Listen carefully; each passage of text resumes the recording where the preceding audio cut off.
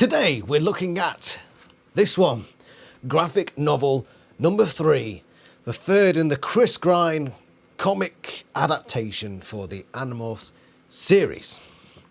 And initial impressions, spoiler alert, I love it. It's great. It is great. And these are the two previous ones we've had. So, of course, The Invasion and The Visitor. How does this sit amongst them? Well, personally, it's my favourite of the three. And I'll go into the reasons why. Not that it's a flawless book. There are things that I don't particularly like in this book, and I'll go over them. But yeah, this is the new cover. So you've got Tobias falling into the eye of the hawk. Just for additional, you've got an alternative cover that Chris Grine put on his Twitter, which is a theme that was in the actual graphic novel quite a lot. This idea of shattering. I'll see if I can find a little bit here for you. So you can see there, you get the shattering glass effect around Tobias when his hawk brain and his human brain are having a bit of a tussle, and that's what is represented on the front of this. Do I think it was the right choice to go for this design? I would say yes. It looks more like a front cover. I like that idea, but yeah, that's the better one. So he's chosen right there, I believe. So let's get into the little details about this book, the things I liked and the things I didn't particularly like. For obviously, first of all, the plot is already there, so I can't praise or criticise him for the plot wholly. For the vast majority of it, it sticks to the original book.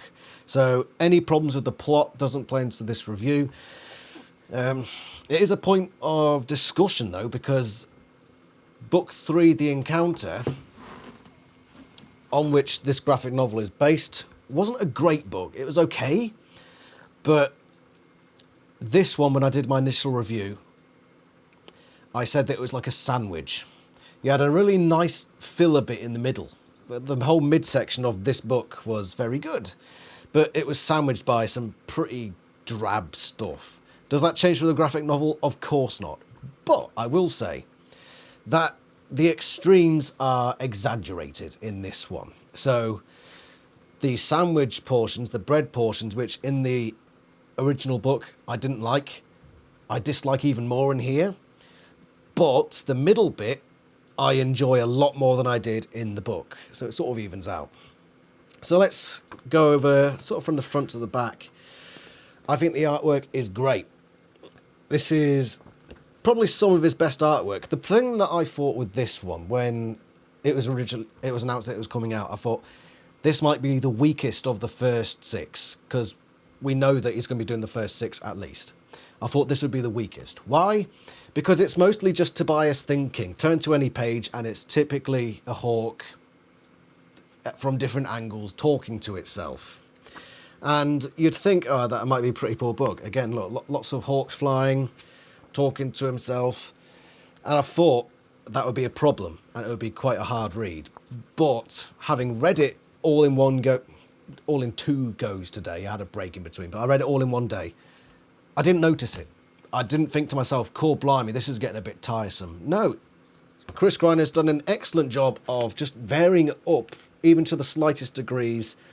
The facial expressions on the hawk are very good, surprisingly. And what's my favourite panel? My favourite panel is the shocked hawk. I think it's somewhere in the middle. But it's a great little facial expression, and I am going to find it for you. Don't you worry, it's coming. It's coming. Bear with me. Here it is. That's the shocked hawk looking at the watch. You see that, my dear? I don't know. I just like that. It looks both simultaneously extremely shocked and also very emotionless at the same time. So Chris Grine, excellent job with that, and you've overcome what I thought would be the most difficult obstacle for this book. Does it improve much on the previous ones? It keeps roughly the same. The morphing sequences are still excellent. I've just turned on to one here. The morphing sequences, I think, are the best parts of this graphic novel series so far. Just how gruesome and grotesque. There's some really nice double-page shots, like this one here in the middle, showing the supply ship. You've got the last page, which is a beautiful shot with Tobias flying over the mountains. Yeah, so all the stuff that we've come to get used to in these two books, it's the same here, consistent, and I do appreciate that. So let's talk about some of the things that I didn't like as much before. Like this book, I'm going to operate the sandwich. Bit of praise on either side, then the criticism will come now, okay? So, the first scene was already pretty bad in the original book. He's found a way to make it worse. And how has he done that? He's taken a few liberties with this chapter, because in the book, the dealing Dan was just a guy, and you know, you could picture him. When I pictured one of those like frumpy, fat car salesmen with the comb over. You're talking like this. Yeah, but he's turned him into Colonel Sanders in this book with a cowboy hat, and the worst part is his sidekick, who is just known as the mechanic. In what the hell was that noise? My phone. Fiance always finds a way to interrupt. Gosh, golly gee willikers, howdy diddly. How dare you? How dare you? Sorry, were you saying something? Yes, I was, but I'll carry on now, because else I'll be in the doghouse again. Anyway, this guy here, whose name is Earl. In the book, he talks like a normal person, and he's just a mechanic called Earl. In this one, Chris Grine's turned him into a southerner, like proper redneck southerner. He's given a hat that just says derp on it. Yeah. And he talks like one as well. So, best not peck me again, Polly, or it's the... Best not don't peck me again, Polly, or it's the range for you. And, other classic lines. Like... Oh no, this is Colonel Sanders saying this. Watch out for that beak, it might have the rabies.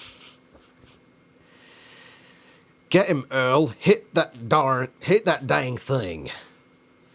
Yeah. There's an elephant stomping over the darned convertibles. Chris Grine has deliberately turned them into... my dear, you're American. How would you describe those two? Sounds southern. Sounds southern. They don't look like they're from California. Nope, they're southern rednecks. Yeah. So I showed this to Pebble earlier, and even she was a bit like, why has he done that? Why have you done that? We're in California. Why are these southern rednecks selling used cars in California? And it's sort of forming a pattern, because in the last book we had Chester and his mate out shooting in the woods, and they were like chewing on those little cocktail sticks, and they had that proper southern redneck appearance to them. I'm getting the feeling that Chris Grine doesn't like southerners, because every time a dodgy human shows up who isn't a yerk, they just turn into this guy. And he had no reason to. He's actually changed lines from the book. So, for example, let me bring it up here. Colonel Sanders, what does he say here? So, in the original book, oh my lord, dealing Dangast. Forget the bird, there's an elephant stomping over the convertibles. Chris Grine has changed it to, there's an elephant stomping over the darned convertibles. In the book it sounds Californian. In the book it sounds Californian. As my wife, who's lived in you've lived in California, haven't you? Yeah. Has elucidated for me there. California. And yeah, eat your bologna and keep quiet. We're fixing to start taping the commercial. Again, another line that wasn't in the book. Southern, yeah. You don't say up north in California. You don't say fixing. That's a southern thing.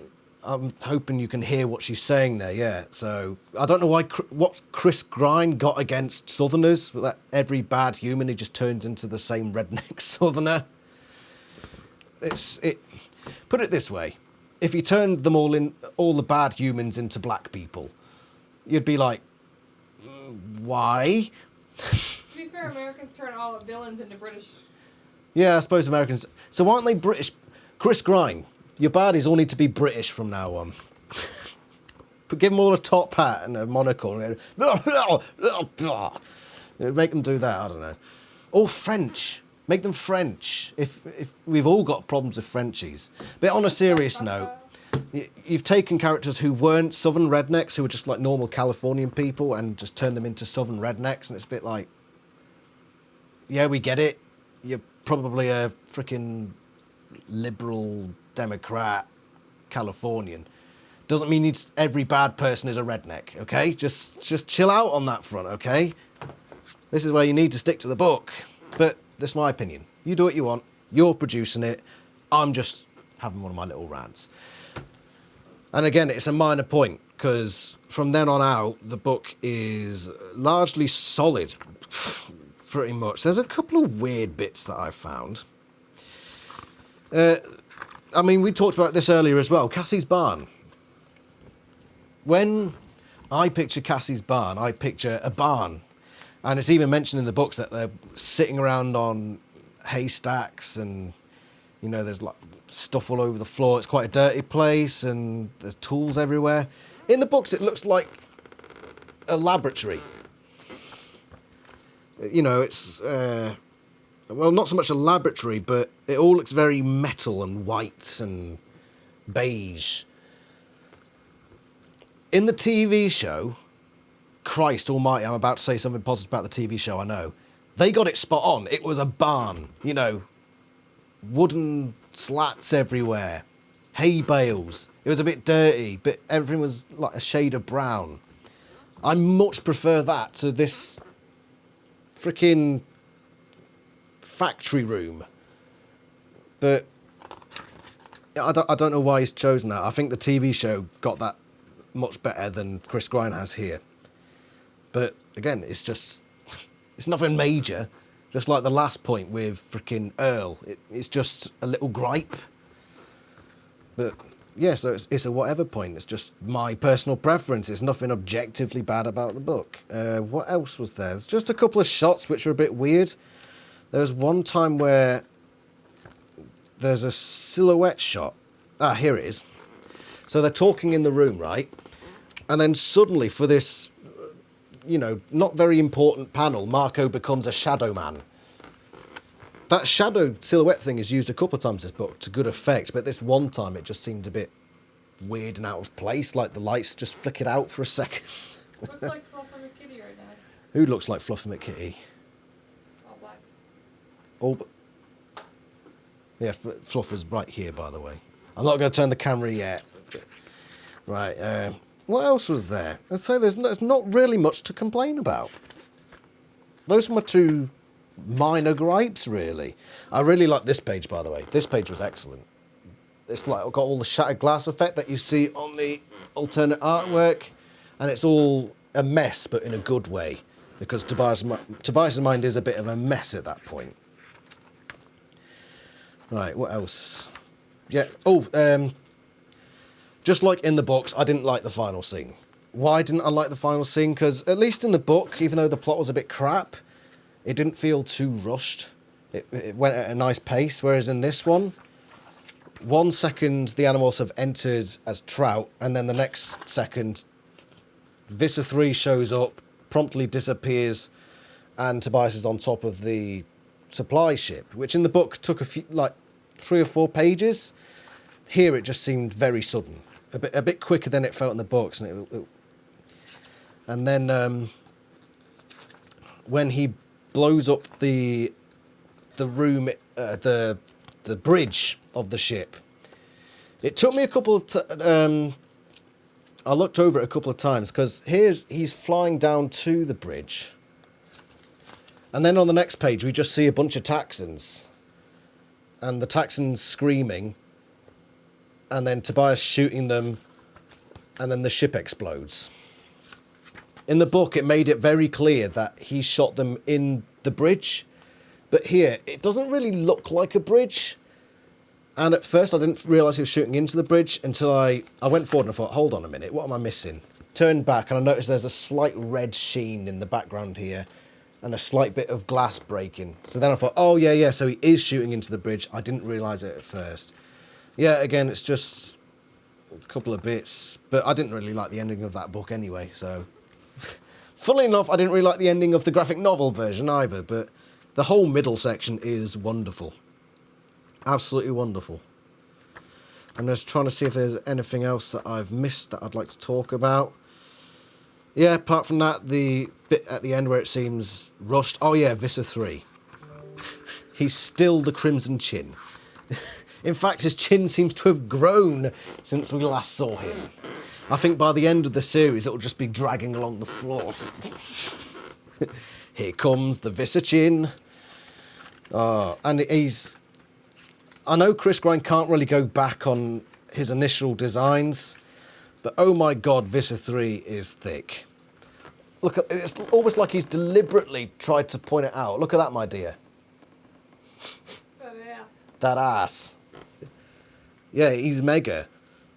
But it's... I think he's done a better job with the Hawk Bajir. It's very subtle. That the legs are a bit longer, but it comes across as looking longer. Hey, that's this one. Now, the thing I've thought about today is... I was initially sceptical about this book. It was the weakest of the first 6 books for me, easily. But I've enjoyed this one the most out of the 3 we've had so far. And looking forward, I'm actually dreading number 5 now. Why? Because I love that book. And I don't think my opinion can go much higher. So it can only really go down. Whereas this book, which I didn't really like very much, I appreciated it more because of the new version it was in. Imagine what would happen if Chris Grine eventually gets round to book 37. Maybe he'll turn it into something somewhat readable. I don't know. But yeah, you've changed my mind, Chris Grine, on how I look forward to the versions of the books, the graphic novel versions of books that I don't particularly like. Because it gave me a new perspective on the encounter. And I appreciate it more now. I genuinely do appreciate this book just that little more now, having seen it in a different medium. Okay? We've got 3 so far. The next one is going to be number 4. And we do get a little preview at the end of this one. And Chris Grine has a Twitter and he does like little sketches and gives little updates. So go check that out if you're that way in grind.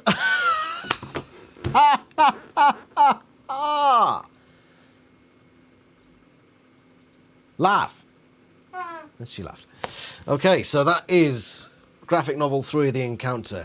I recommend it. It's very good. There's a hardcover, there's a paperback. I haven't got the hardcover yet, but I've got the paperback. And it's another welcome addition to my collection. So thank you very much for watching. I hope you've enjoyed this review. I hope there haven't been too many spoilers. Tell me what you liked about this one. Tell me if you agree on the gripes that I had. Comment as you see fit. Thank you very much, and I shall see you again next time. Ta-ra.